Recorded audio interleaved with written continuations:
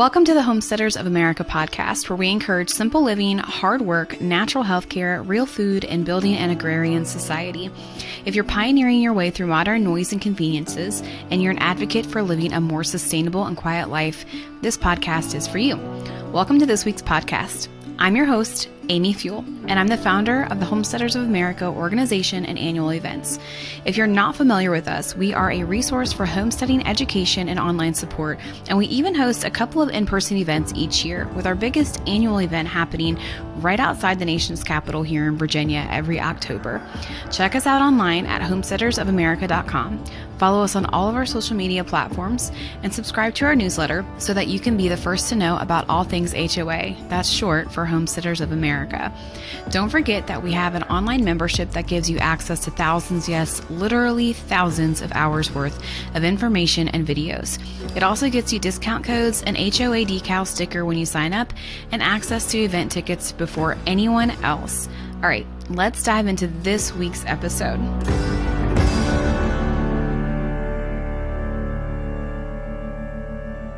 Welcome back to this week's episode of the Homesteaders of America podcast. This week, I have guest Nancy Jefferson from Kalmbach Feeds. Welcome to the podcast, Nancy. Thank you for having me. Yeah, we've tried to schedule this podcast, I feel like 100 times. And so we're finally getting on here to do this for you guys. Kalmbach Feeds is also a sponsor of the 2024 Homesteaders of America conference. And so we're just ecstatic to have them with us this year because animal feed is so important. And so it's great to have an expert on here where we can talk about all natural feed and what that looks like for your animals. So Nancy, why don't we start with you just telling us a little bit about who you are and what you guys do? Thank you. My name is Nancy Jefferson. I am a poultry nutritionist at Kalmbach Feeds, so I formulate poultry feed. I am also a poultry keeper myself. I have about 80 chickens. I love my chickens. I'm one of those very blessed people who gets to work in my passion. So I love my birds, love everything there is to do about taking care of birds. And so to actually get to work in that field as well is just so great for me. I have a lot of hands-on experience too. So that helps a lot when we're talking to poultry owners, getting new product ideas and things like that. So for Kalmbach, I formulate feed. At home, I'm a mom to 2 kids and a wife to my husband. And we live on a farm where I raise my chickens, and we have our own herd of beef cattle as well. So. Wow. So you probably utilize your feed expertise for your beef cows too, huh? We do. Yes. Yeah, absolutely. Yeah. I do very few ruminant formulations, but the one I do is the one for our own cattle. So yes. Okay. So you keep saying formulation. So talk to me about that. How do you formulate a feed? Sure. So formulation is essentially just a recipe. We put together the recipe for a feed based on the ingredients that we have available, the nutrient needs of the animal, and then of course the cost of those ingredients plays a factor as well. So how the nutrient value and the nutrient needs of those animals at that particular time. So I call it ages and stages. So at that age or that stage of production for the animal, and we put together the best recipe to meet all of the nutrient needs for that animal at that particular age or stage.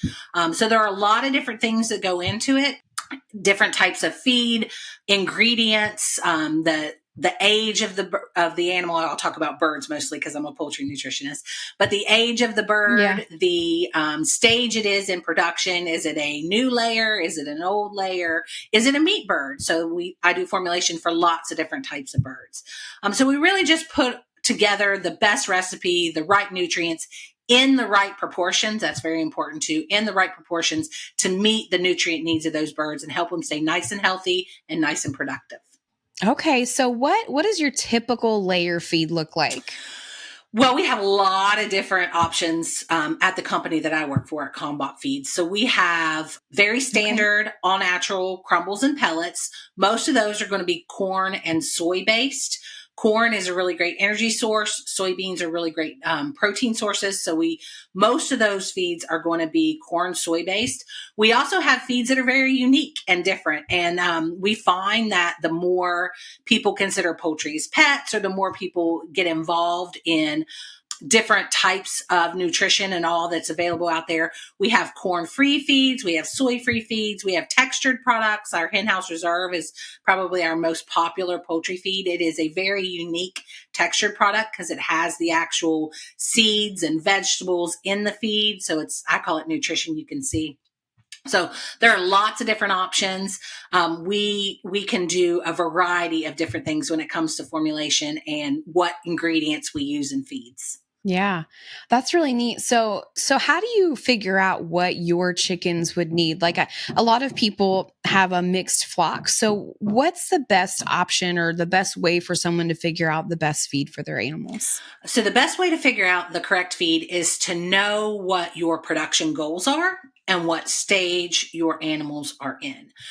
So if we talk about backyard poultry, most of us who have backyard poultry have chickens that we intend to become layers or are already laying hens. That's probably the most popular type of poultry. So if you have birds that are intended to be laying hens or are laying hens, you want to feed them slightly different than if you have birds that are intended to be meat birds, or you have, let's say, a bachelor flock of roosters or something along those lines. So knowing the stage that your birds are in, so if we're talking about laying hens that are actively producing, those layers need a very specific diet that has enough calcium to produce high quality eggshells, has the proper nutrients for the birds to actually absorb that calcium, because calcium doesn't work by itself. So there are just a couple things to consider when we talk about how to choose the right feed. Young birds, so if we're talking about chicks or very young birds, or some breeds like turkeys, some types of poultry like turkeys or game birds, those birds have higher nutrient requirements when they're young than they do when they're old. So knowing what stage they are in production can help you choose the right feed. Mm-hmm. So sometimes people will have with ducks or poultry, they'll start seeing some issues come up. Like sometimes ducks have walking issues, which could be a niacin issue or whatnot. So how, I imagine that's something you guys take into consideration when you're making your feed, but do you guys offer any kind of supplementation other than just chicken feed and beef cattle feed and all of that? Yeah, so those are definitely things we take into consideration. One nice thing about feed is that there are certain rules and regulations that we all have to follow, no matter what company you work for. So on a feed tag, you have to provide a certain level of nutrition for those birds. You have to put that on the feed tag so customers and consumers can very clearly compare products and decide which one is the best for them. So on that product, you'll always have nutrient information you can use. We also have to list all the ingredients that are in a feed. So if you're looking for something in particular, like niacin in a duck feed, those ingredients would have to be listed. So you can find niacin in that ingredient list if it's not already in the guaranteed analysis. And then there are also feeding instructions that have to be on every single feed tag. So you can use those to kind of help pick the right feed that you need for your birds. Outside of that, we do have a few supplements and premixes that are designed to be used on farm. Those are very popular with a lot of our homesteading communities because people are interested in doing some of their own mixing. So we do have products like that. We also have a complete line, and it is our most popular line of already mixed complete feeds where everything's already done for you. And those are by far our biggest sellers. Yeah. So where do you guys, first of all, where are you located? I should know this, but I'm not quite sure. Oh, that's okay. We are located, our headquarters is in Upper Sandusky, Ohio. We have 3 feed mills in Ohio. We have one in Michigan, one in Pennsylvania, and one in Mississippi. So we have multiple locations all in the U.S., but our headquarters is Ohio. And now, so I know I can go to my farm store and you guys have a huge display there for Kalmbach Feeds. In fact, when we were raising meat rabbits, that's all we used. I found that our meat rabbits were like super finicky on feed, and the only feed they could tolerate was the Kalmbach feed. And so my next question is, how do you guys go about sourcing the ingredients that you use for various different feeds? So all of our what we call macro ingredients, so our large grain ingredients and protein sources, are bought domestically. So some come from Canada, most come from the United States. We buy as many ingredients as we can regionally. So most of our corn and soybean is going to be from local farmers. Some of our larger ingredients we might bring in from other distributors. Some vitamins and minerals do have to be sourced from overseas because that's the only place where they are actually made. Right. So we will bring in some of that, but we are HACCP certified, and most feed mills have to be now because of the Food Safety Modernization Act. But we are HACCP certified, so we have trusted suppliers that we work with to bring all of our ingredients in. But as much as we possibly can, we buy local and regional to where our facilities are. Okay. Have you guys been seeing do you ever have any issues on shortages of grain or anything like that? That happens from time to time. Things will get tight, but we have a great team who works with doing our purchasing and our procurement, works directly with our farmers. And so we have a fairly well-established relationship, especially in our local community. So things do on occasion get tight, but because of those relationships, we've been able to work through it. Haven't had any supply issues where we completely run out of anything or we have to very quickly finagle. We have been very, very blessed in that aspect. Yeah, that's awesome. I know that's one thing that we always hear in the homesteading community is like, what are the grain options if something, if the supply chain is interrupted or whatnot. And we have not seen that here either. Like we have a couple of more local feed mills, and they do the same thing. They get their ingredients from locally. And so one of the things that I've always told people is, especially for companies like yours, it's good to know that you already have that relationship with all of these people so that you're less likely to, it's different if I were getting, we have individuals here that definitely make their own feed, but sometimes their crops fail, and so when you can start getting into, with companies or individuals that kind of have that solid, firm foundation in the community, it's really helpful. It's a great fail safe sometimes. It is. Yeah. And our team worked really, really hard. I did not admire the purchasing team during 2020, 2021, when trucking were not just supply of not just getting the actual ingredients, but getting it to the facilities to actually make the feed and things like that. They worked really, really hard, went above and beyond. And they did a great job. Luckily, we weren't as affected as some other people, but I did not admire their job at that particular time. But they did a great job. Yeah. Yeah. And people have no idea how much work goes into, every moving part of a company like that. So it does. And we have conventional feeds, we have non-GMO feeds, we have organic feeds. So there are a lot of moving parts, to fill all of those needs in the facilities, make sure we're making the feeds and getting them out there that the people are looking for. And there's a lot that goes into it, and they did just a fantastic job in making sure that it went as smoothly as it possibly could. Yeah. So what would you say is your most popular feed at Kalmbach Feeds?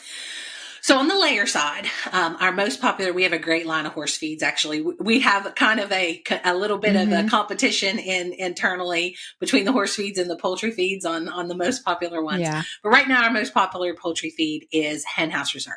Okay. It is very unique. It is a complete layer feed, so it's meant for chickens that are producing eggs, but it's very unique because it's a textured product. So it has a lot of visual appeal, both to the consumer who's actually buying the product and to the bird who's eating it. It has whole grains in it. It has seeds. It has vegetables. It has a nutrient-rich pellet, which supplies some of the vitamins and minerals, some of the protein and amino acid needs. So it is pretty unique to the marketplace.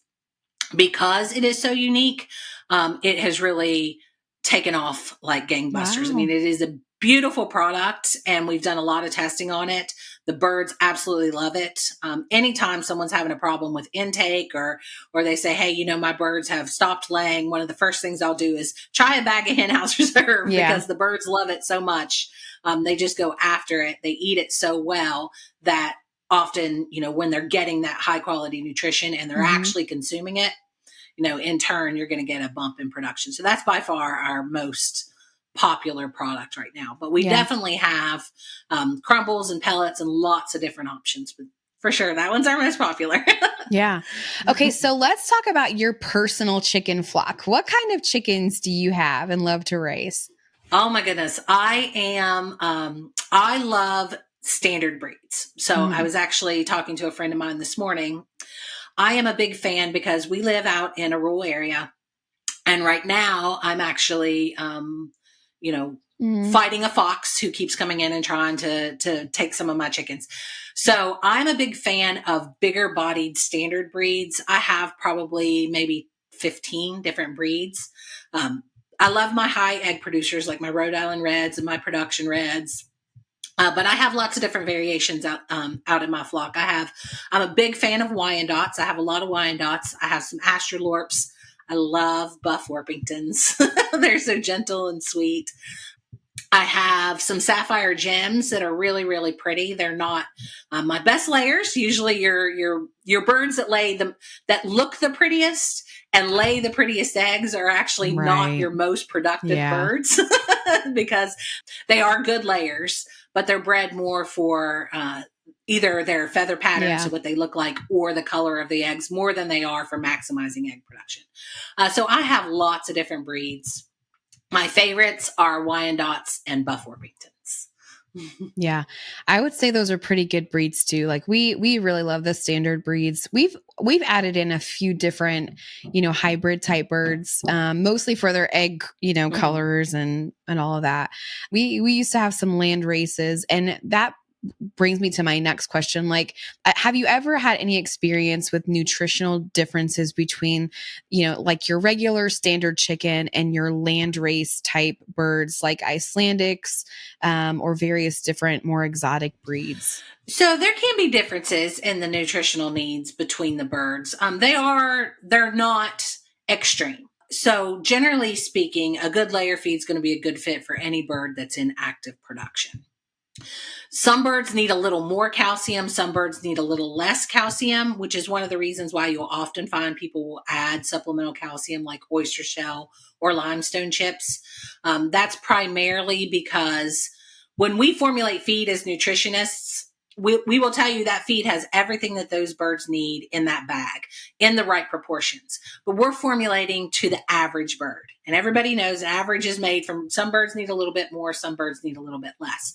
Your larger bodied birds are going to typically need a little more nutrition. They're going to eat more to make up for maintaining the energy that they need to maintain that larger body. Your smaller bodied birds are typically going to eat a little bit less. Birds who are in very high production might need a little more calcium compared to birds that are in lower levels of production.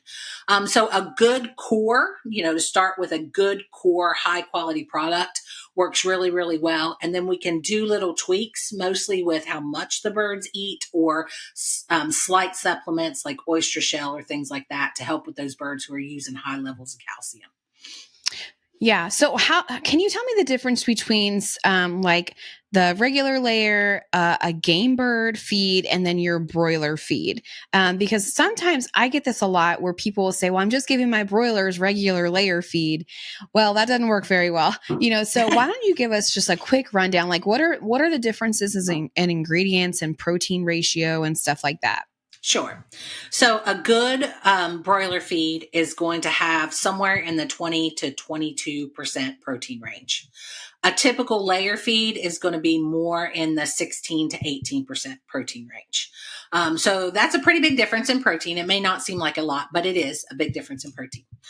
Broiler chickens need higher levels of protein because they are genetically selected to grow very fast. So they are basically putting on a massive amount of body weight, which is muscle. And we all know when we're building muscle, what's the first nutrient bodybuilders try to pack in when they're going to build muscle? It's protein. So those birds typically need higher levels of protein than a laying hen, because a laying hen, I'll go back to broiler chickens. So there are three main ways that most animals use their nutrition: growth, maintenance, and production. So these broiler chickens are growing at a rapid rate. So they're putting on a lot of body mass. They've got to maintain what they've already done as far as their digestive tract is concerned and their feather quality and the body mass they've already put on, and they have to grow. And then part of that growth is production. Laying hens are in a productive state, but they're producing eggs instead of body mass. So they don't need quite as much protein in order to do that. Plus, they're just genetically smaller bodied birds. So if we think about any animal, whether it's a horse or or cattle or human or a chicken, usually larger bodied or bigger bodied animals need a higher plane of nutrition than smaller bodied. They're going to eat a little bit more. They need a higher plane of nutrition than animals that have smaller bodies. And that's the way it works with poultry too.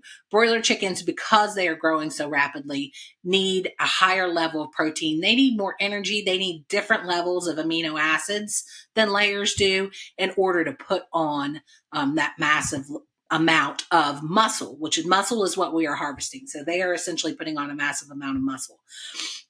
Layers, on the other hand, need a lot of calcium, which is totally different. We're in the minerals now. Need a lot of calcium to build eggshells. Broiler chickens don't need that calcium. So if you're feeding a layer feed to broiler chickens, you're forcing those birds to overconsume calcium, and then they have to digest and excrete that calcium, which over a large period of time or a long period of time can definitely cause problems. Same thing goes for laying hens. If you're overfeeding protein, let's say you're feeding a broiler feed to laying hens. Protein's very expensive. And there's only so much protein that a hen can utilize. So if you're overfeeding protein, she has to break down and excrete that protein. And humans, we excrete protein in urine. That's how we get rid of our excess nitrogen, is in urine. Birds don't urinate, so they excrete their excess protein in uric acid, which is part of the manure. And that uric acid breaks down to ammonia gas, and that's what gives you that terrible smell that burns your eyes. So sometimes you can walk into a chicken coop, and if you've got that really overwhelming smell, I can almost automatically say you've got an opportunity to decrease the amount of protein you're feeding, because your birds can't utilize it. They have too much. They have to digest it, excrete it, and that's pretty expensive because protein is expensive. Yeah. So there are lots of different players in the game when we're talking about different types of formulas. There is not a really great one size fits all. If you have mixed flocks, different types of birds, we can come up with some unique recommendations, but there are very unique nutrient requirements based on the type of bird you pick. And it's really just because of their genetics, their genetic potential. So, okay. Yeah, that's interesting. I know I'm going to get a lot of people who are like, wow, I didn't know that about chicken feces. Our audience loves those tidbits of information. Like, I love talking about it. Yep. Let's. Okay. So I know you're the chicken expert there, but do you know much about cattle feeds? If you don't, I won't ask too many questions about that, but you can ask me some very basic questions, but not. Okay. I am definitely a poultry nutritionist. Yeah. Okay. So, we're in the world of grass-fed everything. So me having, dairy cows, there are a few of our dairy cows that we have to feed grain to, just because they need more energy. And so, what kind of feeds do you guys have available? I know it's going to be a big question for cattle people. Do you have like beef feed and a dairy feed, or is it just a generic cattle feed? What do you guys have available for that? We have specific beef feeds and dairy feeds. So we have a whole team of ruminant nutritionists. And if you go to our website, you can ask nutrition questions, and then they're sent to whichever team would be the right person to respond to that. So if you have specific ruminant questions, you can go to our website. They will send it to our ruminant nutritionists. We have a whole line of beef specific feeds. We have a whole line of dairy specific feeds. We even have minerals that people can put out if they're only going to do a grass-fed program. So whatever production situation you're in, whatever management that you're looking for, we can definitely help meet those needs at Kalmbach. We have feeds for almost every purpose. Yeah, that's awesome. That's good to know, because, people need that one-stop shop, kind of thing. And so can people order online, or is it just from the farm store? So the best way to order is through our partnership with our dealers. You are going to get the best deal by going to the dealers. We have a few products that you can order online if you don't have a dealer that's near you, but once you add the shipping, it usually almost always works out. If you can find it in a brick and mortar store, it's going to be the best option for you, and they're going to have the most products available. So we have a whole warehouse full of products that most dealers can order, one bag or a whole truckload, depending on what the product is. Online, it's a limited selection. So your best option is to definitely find a dealer that's near you. And on our website, we do have a locator where you can go and you put in your zip code and you can find everyone who is relatively close to you. And then we have some online options. Some of our products are available on Amazon and Chewy and things like that. But usually our dealer network is the best option. Okay. And then if somebody wanted to become a dealer, I know we have people who have farm stores and stuff that listen. How would they go about that process? So either go on our website or call our customer service number.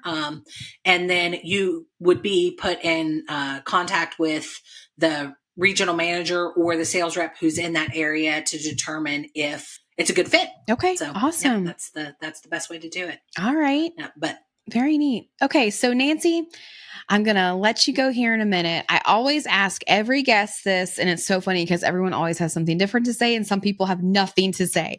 But at the end, I always ask our guests if there's anything, it doesn't even have to be about anything we talked about, anything that you would like to share with our homesteading community before you leave off here, whether it's something you've just been seeing or thinking about, or just something that's been on your heart.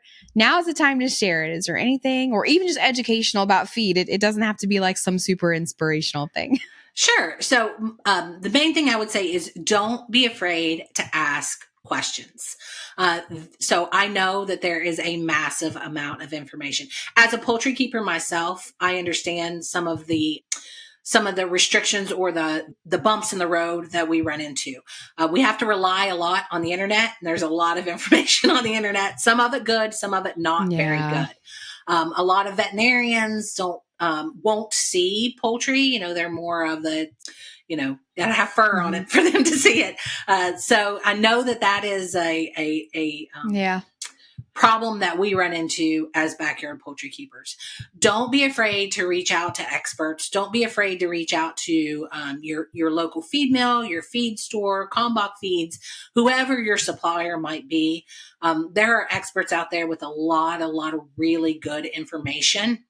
I will say for me personally, I am the backyard poultry expert at Kalmbach. A little different. We have a commercial side as well. And when I kind of took on that role, I really had to change the way that I think, open up my mind to lots of different situations, lots of different scenarios, because we are trained in our schooling to think about production. Well, it's so much more than just production. Right. And so to think outside the box, to ask questions, to really have an open mind about all the different aspects of homesteading, keeping animals in general, if it's poultry or any other type of animal. So don't be afraid to ask questions. Don't be afraid to reach out. There's a lot of information out there. If you can find a good, trusted source, you can learn so much. I mean, I learned so much from the Homesteaders of America and all of the good trusted sources, the people that I really look up to for that information. So don't be afraid to ask questions. Knowledge is in questions. Yeah. Oh, I love that. I absolutely agree. And Nancy, thank you for coming on here and answering a lot of those questions that I know people have about feed and just in general feed questions, and so we really appreciate your expertise. We appreciate you coming on here and sharing information. I know people learn some stuff from this about chickens, especially. And you guys, if you do have questions, definitely, as Nancy said, make sure you ask them. Go to the Kalmbach website. It sounds like you guys have a great option on there where no matter what the feed, you'll be sent to the right expert, which is amazing. One of the things that we look for sponsors with HOA, because we don't just take on any sponsor. So one of the things that we always look for is are people available for you to help grow you and nurture you and care for you on your homesteading journey. And so Kalmbach Feeds is one of those people who really care about this community, and we appreciate them so much. So thanks for joining us this week, Nancy. You are very welcome. Thank you for having me. Absolutely. All right, guys, we will see you on the next HOA podcast. Bye. Hey, thanks for taking the time to listen to this week's Homesteaders of America episode. We really enjoyed having you here. We welcome questions, and you can find the transcript and all the show notes below or on our Homesteaders of America blog post that we have up for this podcast episode.